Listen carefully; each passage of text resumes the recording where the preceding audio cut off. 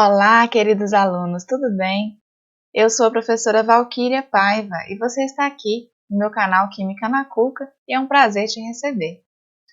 Nós falaremos hoje sobre equilíbrio químico e sobre os princípios de Le Chatelier, que falam a respeito do deslocamento de equilíbrio químico. Vamos para a aula?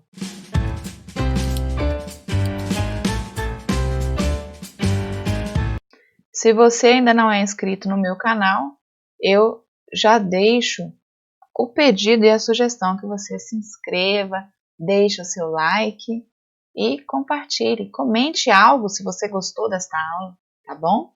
Falando então sobre deslocamento de equilíbrio e princípios de Le Chatelier. Quais são esses princípios de Le Chatelier? Quando um sistema ele está em equilíbrio, a velocidade da reação direta, nós já vimos isso anteriormente, é igual à velocidade da reação inversa. E as concentrações em mol por litro de todos os participantes permanecem constantes. Se, então, sobre esse equilíbrio não ocorrer nenhuma ação de agente externo, esse sistema vai tender a permanecer nessa situação de equilíbrio indefinidamente. Porém, se for exercida uma ação externa sobre esse equilíbrio, ele vai reagir de maneira a minimizar os efeitos dessa reação. O que diz então esse princípio? Resumidamente, que quando um fator externo age sobre um sistema em equilíbrio, ele vai se deslocar, procurando minimizar a ação do fator aplicado.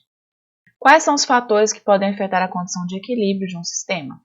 Pressão, concentração e temperatura. Dentre esses fatores, apenas a temperatura é capaz de alterar o valor da nossa constante de equilíbrio, que é a Kc. Vamos analisar a pressão. Então, considerando a síntese da amônia, que é o NH3, nós teremos a reação de nitrogênio gasoso com hidrogênio gasoso, formando 2 mols de amônia gasosa. Então, aqui nós teremos a proporção de 1 mol de nitrogênio, 3 mols de hidrogênio, formando 2 mols de amônia. O que acontece se nós aumentarmos a pressão total durante a síntese de amônia? Ou seja, se nós tivermos uma temperatura constante, a amônia ela reage muito bem a temperaturas de 450 graus na sua formação. E o que vai acontecer se nós variarmos a pressão? Então, se nós tivermos pressão de 10 atm, nós teremos um rendimento de apenas 2% de amônia. Se nós tivermos uma pressão de 100 atm, o rendimento vai aumentar 16,36% de amônia formada. Se tivermos 300 atm de pressão, a amônia vai ter 35,59% de formação. E se nós tivermos uma pressão de 1000 atm, nós teremos então 69,40% de amônia formada. Veja que o gráfico aumenta, ou seja, a quantidade e porcentagem de amônia formada aumenta à medida que aumenta a pressão. Então, nós vemos que, no caso da amônia, o aumento de pressão total sobre o sistema vai aumentar a nossa produção de NH3 de amônia. Ou seja, o equilíbrio vai se deslocar para a direita, para o lado que está a formação do produto. Ou seja, se nós diminuirmos esta pressão, vai ter o efeito contrário, vai diminuir a produção da amônia, como nós vemos aqui. A menor pressão tem a menor formação de amônia. Fatos semelhantes vão acontecer com frequência em outros equilíbrios gasosos, e eles podem ser generalizados também, de acordo com as ideias de Le Chatelier. Vamos ver o caso da síntese da amônia, por que isso acontece. De acordo com a estequiometria da reação, nós temos 1 mol de nitrogênio reagindo com 3 mol de hidrogênio, formando 2 mol de amônia, que em caso de volume, nós podemos considerar um volume que reage com 3 volumes para formar 2 volumes. Observe que, no caso dos reagentes, nós vamos ter um volume maior. Um volume mais 3 volumes, nós teremos 4 volumes deste lado. E no caso dos produtos, que é um produto apenas, né, que é a amônia, nós teremos apenas 2 volumes. Teremos um volume menor. O que nós concluímos com isso? O aumento da pressão total vai deslocar o equilíbrio para o lado do menor volume, que é o lado da direita, ou seja, o lado da menor quantidade total de mols. E a redução da pressão vai deslocar o equilíbrio no lado de volume maior, ou seja, de maior quantidade total de mols. Aplicando o princípio de Le Chatelier, nesse caso, nós temos que o aumento da pressão total vai deslocar o equilíbrio no sentido de menor volume, porque a redução no volume vai minimizar o efeito da pressão aplicada. E a redução da pressão total vai deslocar o equilíbrio no sentido de maior volume, porque o aumento de volume vai minimizar a redução da pressão. E como a concentração vai afetar o deslocamento de equilíbrio? Considerando o seguinte equilíbrio: carbono sólido reage com gás de óxido de carbono, formando 2 mols de gás monóxido de carbono. A primeira situação é com a adição de CO2. Se nós adicionarmos mais CO2. Nesse caso, o sistema vai rapidamente aumentar a concentração do CO.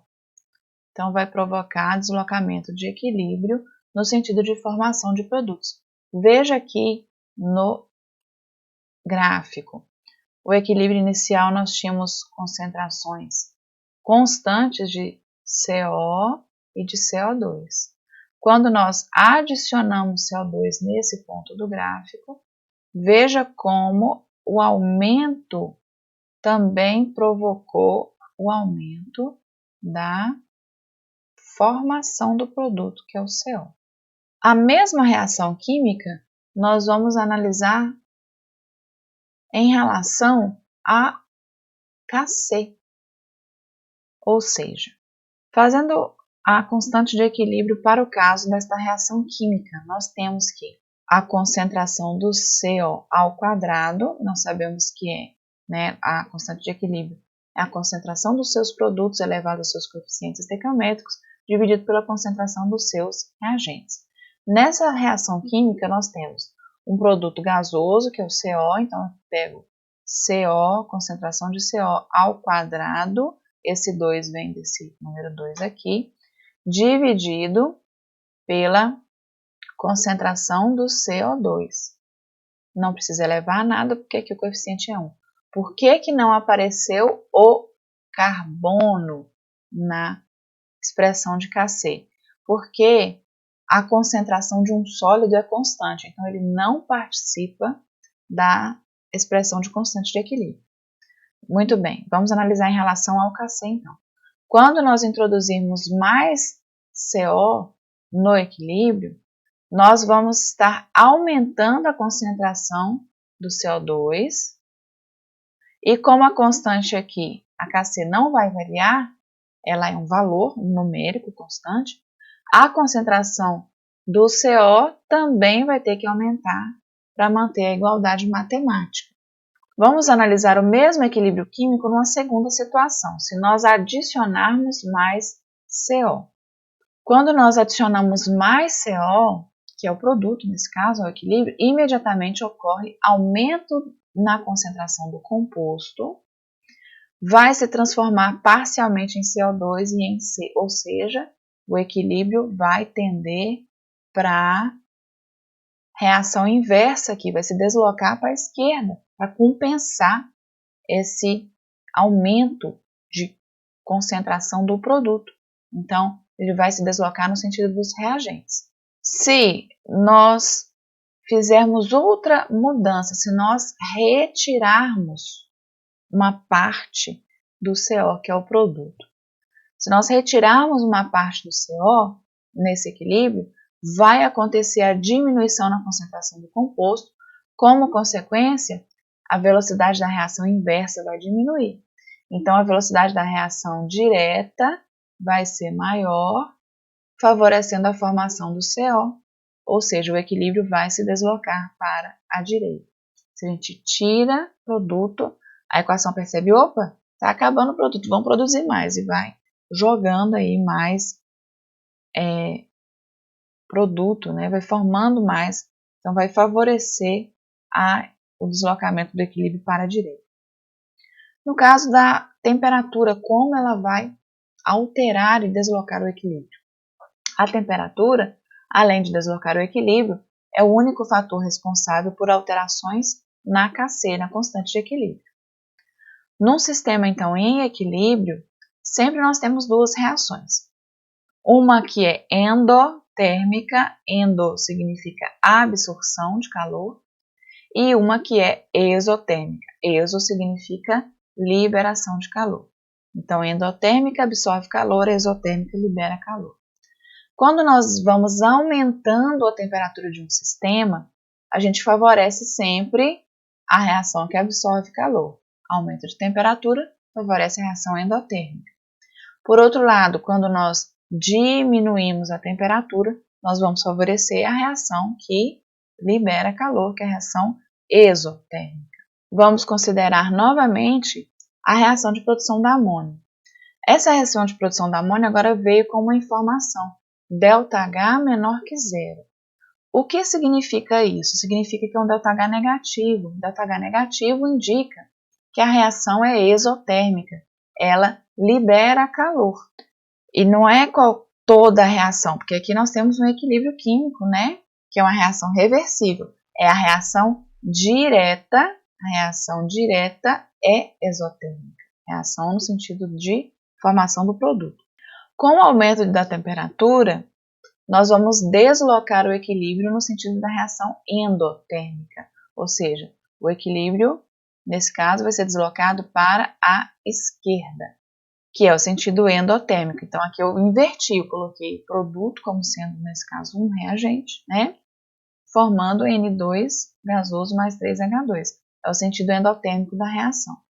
Se nós diminuirmos a temperatura, nós estaremos favorecendo a reação exotérmica, que nesse caso é o equilíbrio para a direita, que é realmente o sentido da reação direta. É o sentido exotérmico. Vamos analisar então a variação de temperatura e como ela afeta a constante de equilíbrio, o KC. Quando nós aumentamos a temperatura, vai aumentar também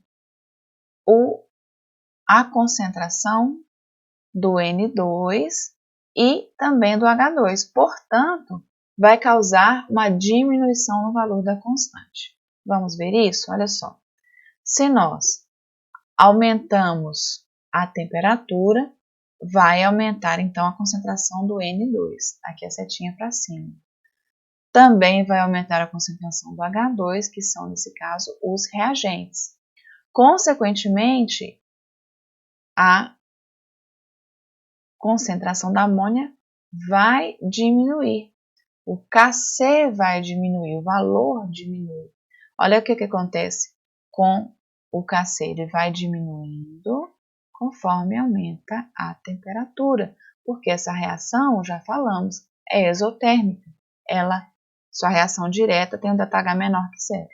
Considerando a reação N2 gasoso mais oxigênio gasoso, formando 2 mols de NO gasoso, com ΔH maior que zero, ou seja, ΔH positivo, nós entendemos que a reação direta é endotérmica. Então, com o aumento de temperatura, nós vamos deslocar o equilíbrio no sentido da reação endotérmica, que nesse caso é para a direita. Com a diminuição da temperatura, nós vamos deslocar o equilíbrio no sentido da reação exotérmica, que é o sentido para a esquerda. Já que a reação direta é endotérmica, o efeito da temperatura sobre o KC, então, vai ser que o KC aumenta à medida que aumenta a temperatura. Em relação à constante de equilíbrio, o aumento da temperatura favorece a reação endotérmica.